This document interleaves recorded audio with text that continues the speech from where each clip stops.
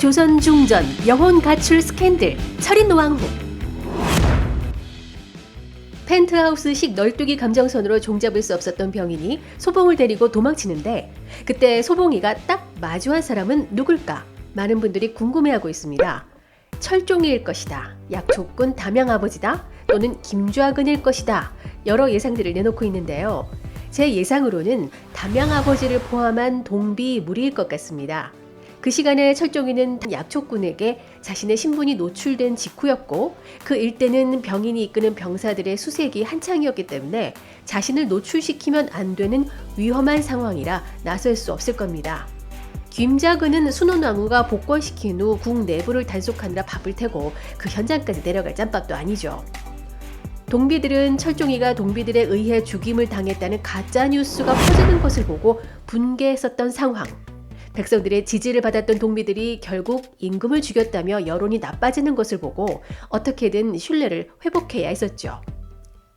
그런데 담양 아버지로 추정되는 약초꾼과 동비들이 철종이가 임금이라는 것을 확인한 후 누명을 벗기 위해서라도 철종을 살려뒀을 겁니다. 그러다가 동비를 이끄는 수장들이 자신이 모시던 철종을 알아보고 그때부터 동비들은 철종을 따르게 될 것 같네요. 그리고 철종이가 떨어진 벼랑 일대를 뒤지고 있는 병사들의 동태를 잘 살펴보고 있었을 겁니다. 동비들은 결국 병인과 소봉이를 발견하게 되고 그들의 은신처로 데려오게 되죠. 그리고 그곳에 있는 철종이와 재회하게 될 것 같네요. 철종과 동비들은 당장 병인이를 죽여야 한다고 했겠지만 소봉이가 자신을 도망치도록 도와준 병인의 목숨을 살려달라고 애원해 병인은 포로로 남게 될 것 같습니다. 철종과 소봉은 동비의 암호대로 충남 목천현, 지금의 천안까지 도착한 동비의 무리들과 합류해 궁에 입성할 계획을 세울 것으로 보입니다. 이미 빼돌린 총포와 소봉이가 알려진 방탄조끼를 입고 동비와 함께 반격에 나설 철종. 그러나 궁은 안팎으로 사람들이 드나들지 못하게 철저히 막아놓은 상태라 들어가기가 쉽지는 않을 텐데요. 여기서 소봉의 아이디어가 빛을 발하게 될 것 같습니다. 궁 안에는 600여 명의 궁인들이 있다는 사실을 최상궁으로부터 들은 소봉은 철저하게 즉위식을 망쳐놓겠다고 선언한 적이 있었죠. 이들을 이용할 것 같습니다. 바로 네트워크전이죠. 즉위식 날 철종이 드라마틱하게 동비들과 입성하는 것도 나쁘지는 않지만 오히려 도적대를 등에 입어 질서를 무너뜨리는 임금이라며 사대부들의 저항을 받을 가능성도 있습니다. 국내 병사들과의 전면전으로 피를 많이 흘릴 수도 있고요. 무엇보다 먼저 소봉은 동비들의 누명도 벗기고 여론도 돌리면서 국내 세력들을 불안하게 만들 묘안으로 여론전을 펼칠 것 같습니다. 궁 밖에는 곳곳에 방을 붙여 철종이 살아있다고 알리는 겁니다. 현재 철종은 백성들을 안심시키기 위해 지방의 악덕 수령들을 잡아들이고 있다고 소문을 내는 겁니다. 그런가 하면 궁 내에는 궁인들을 통해 억울한 철종 귀신을 보았다는 소문을 내서 교란 작전을 펼치는 거죠. 순원왕후와 김문 조문 세력들은 이런 소문에 몹시 불안하겠죠. 즉위식 준비에 열을 올리지만 점점 그들 사이에 틈이 벌어지고 즉위식 날까지 불안에 떨 겁니다. 가뜩이나 이곽제사, 영모에 가담했다는 싸이까지 한 김문과 조문 세력들은 철종이 돌아오면 죽은 목숨이나 다름없으니까요.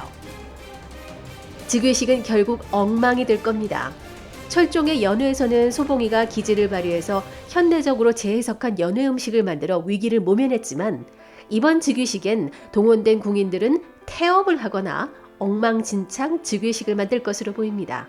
이 과정에서 소봉의 엽기발랄한 아이디어가 발휘되겠죠. 즉위식은 길례가 아니라 흉례라고 합니다. 선왕의 장례 기간 중 승하한 지 6일 후에 즉위식이 거행되기 때문인데요. 음식을 마련해 놓고 놀고 먹는 그런 즉위식은 아닐 것 같습니다. 엄숙하게 진행이 될 텐데요. 근데 선조에게 올리는 제사 음식이 엉망이거나 진상품들이 사라진다거나 선왕의 시신이 안치된 곳에서 다음 왕이 될 사람이 환복을 할 때 불길한 징조가 나타나고 귀신이 출몰하는 등 철종 호러 픽처쇼가 펼쳐지면 어떨까요?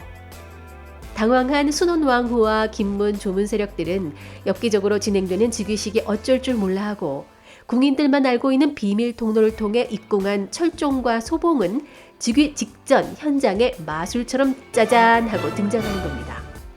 소봉의 이런 끔찍발랄한 계획이 시청자를 배꼽 잡게 만들어주지 않을까요?